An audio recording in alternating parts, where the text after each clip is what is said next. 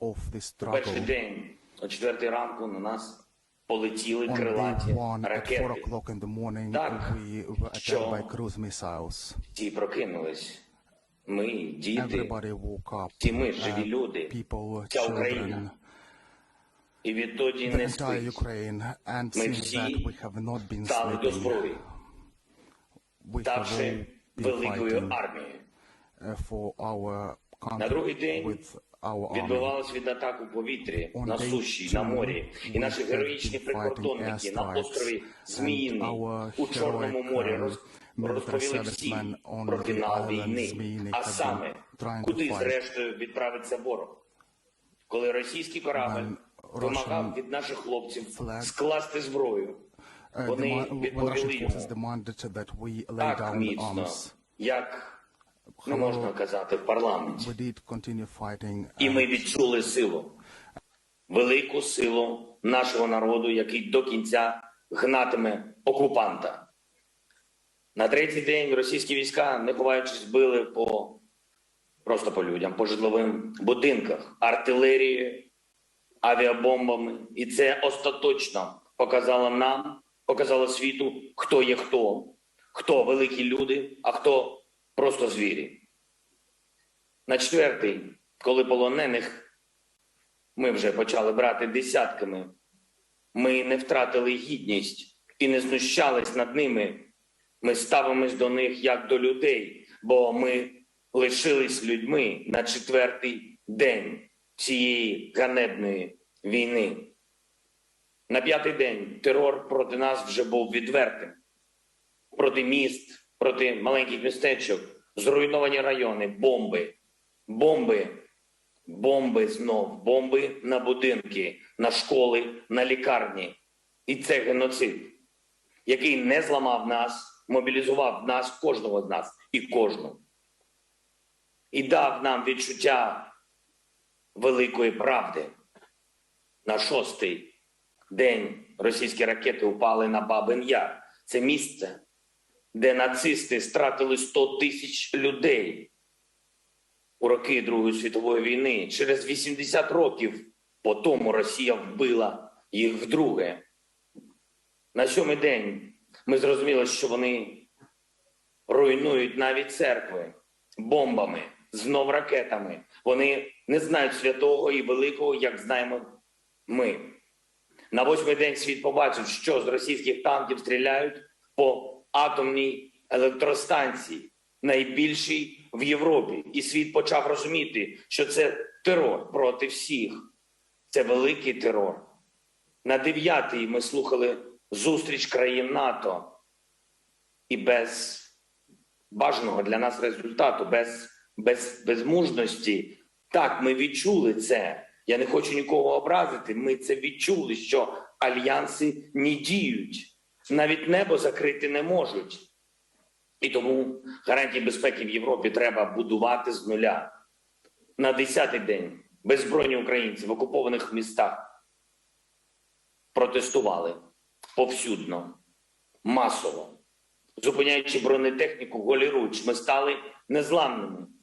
На 11-й день, коли бомбили вже житлові райони, коли від вибухів усе руйнувалось, коли евакуювали дітей з пошкодженою онколікарні, дитячою онколікарні, ми усвідомили, українці стали героями. Сотні тисяч людей, цілі міста, діти, дорослі, всі. На 12-й, коли втрати російської армії вже перевищили 10 тисяч вбитих, у цьому рахунку з'явився і генерал. І це дало нам впевненість, за усі злочини, за усі ганебні накази все ж таки буде відповідальність Міжнародного суду або української зброї. На 13-й день у блокованому російськими військами Маріуполі померла дитина від зневоднення. Від зневоднення. Вони не пускають ні харчові продукти, ні воду, не дають людям. Просто заблокували. І вони в підвалах. Я думаю, всі чують Там у людей немає води. За 13 днів російського вторгнення було вбито 50 дітей. 50 великих мучеників. Це страшно. Пустота. Замість 50 всесвітів, які могли би жити. А вони їх зібрали. Просто забрали. Велика Британія. Україна не прагнула цього. Не шукала величі, але стала великою. За ці дні цієї війни. України, яка рятує людей попри терор окупантів, яка захищає свободу попри удари однієї з найбільших армій світу, яка обороняється попри відкрите небо, все ще відкрите, все ще для російських ракет, літаків, гвинтокрилів. Бути чи не бути? Ви добре знаєте, це шекспірівське питання. 13 днів тому це питання ще могло прозвучати про Україну.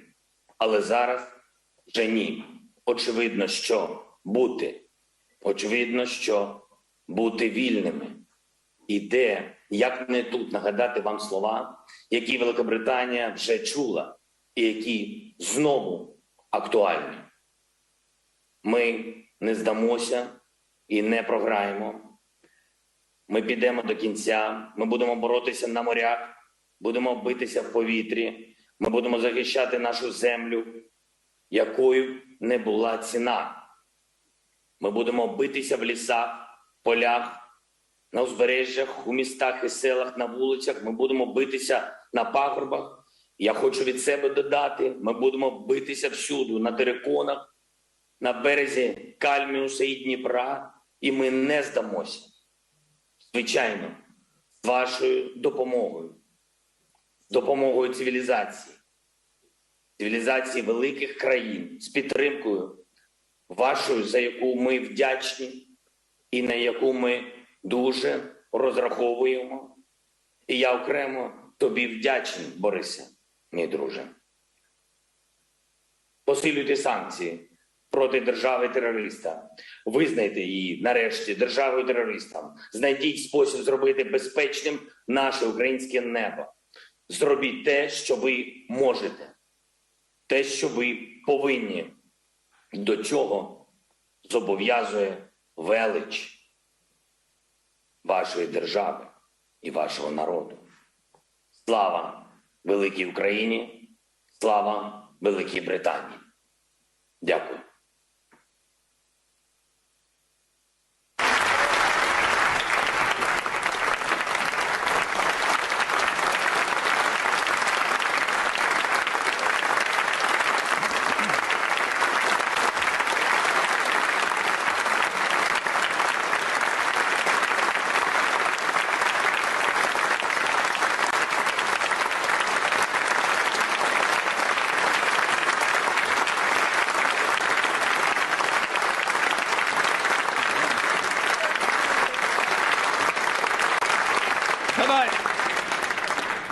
Thank you, Mr. President. On behalf of the House of Commons, I want to thank you for speaking to us and for giving us very clearly and powerful perspective of the tragic situation facing you and fellow Ukrainians.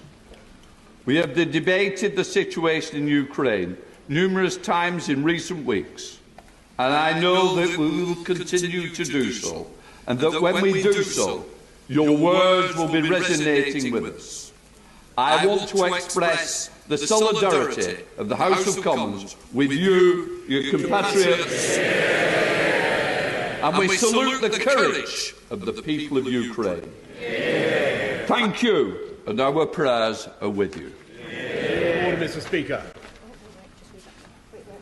Just let me say.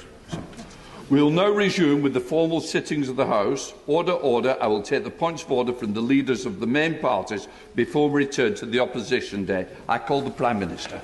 Thank you, Mr. Speaker. A point of order, with your permission, Mr. Speaker. May I say that never before in all our centuries of our parliamentary democracy has the House listened to such an address.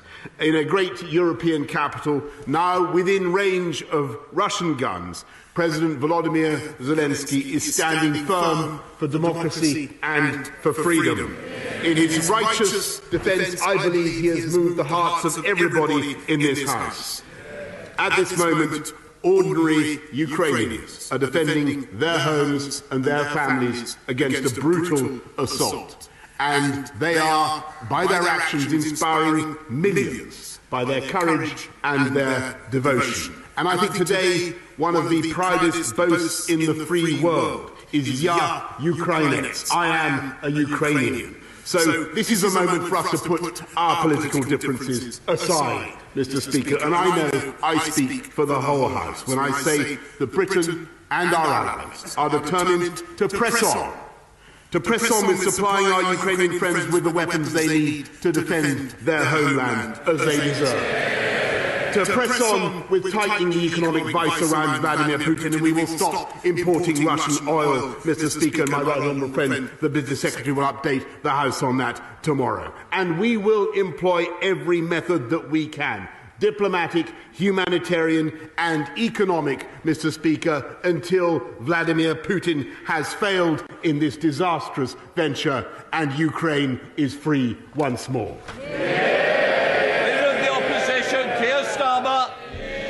On a point of order, Mr. Speaker, every one of us has been moved by the bravery, the resolve and the leadership of President Zelensky.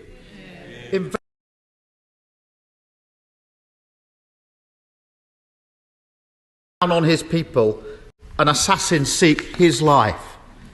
No one would have blamed him for fleeing, but instead he has stayed in Kyiv to lead the Ukrainian people and to fight. He's reminded us that our freedom and our democracy are invaluable. He's prompted the world into action where too often we've let Putin have his way.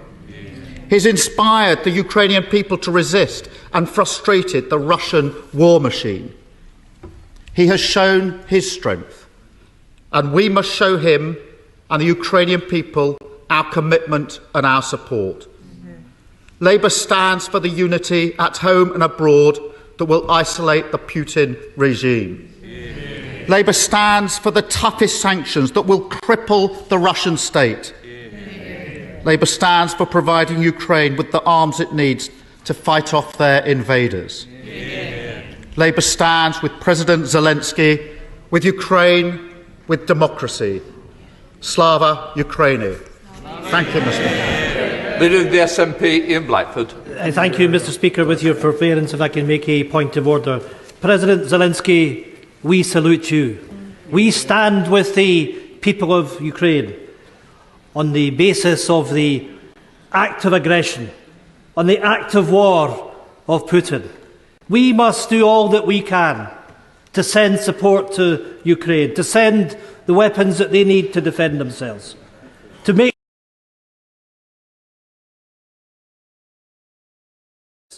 and the sovereignty of Ukraine must prevail. Let's make sure that we stand with our friends. We stand against those that have been bombed. We make sure that those that need our support, that need our sanctuary, will find a welcoming hand in these islands. Mr. President, we thank you. We salute you. Slavia Ukraine. Point of order, Mr. Speaker. Hearing the words of President Zelensky should embolden us all.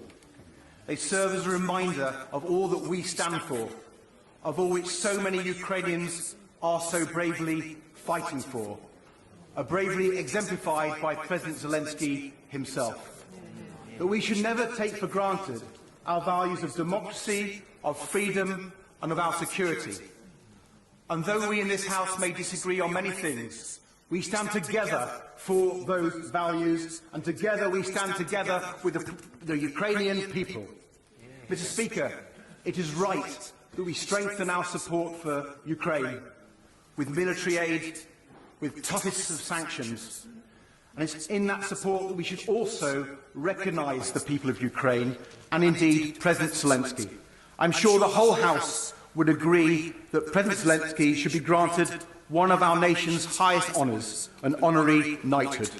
And I look forward to the day when we welcome back to this House President Zelensky in person. Sir Geoffrey Donaldson. Thank you, Mr. Speaker. On a point of order, we commend President Zelensky and the people of Ukraine, and we stand with them in this their time of strife. But our response will not be judged by the volume or strength of our applause for President Zelensky.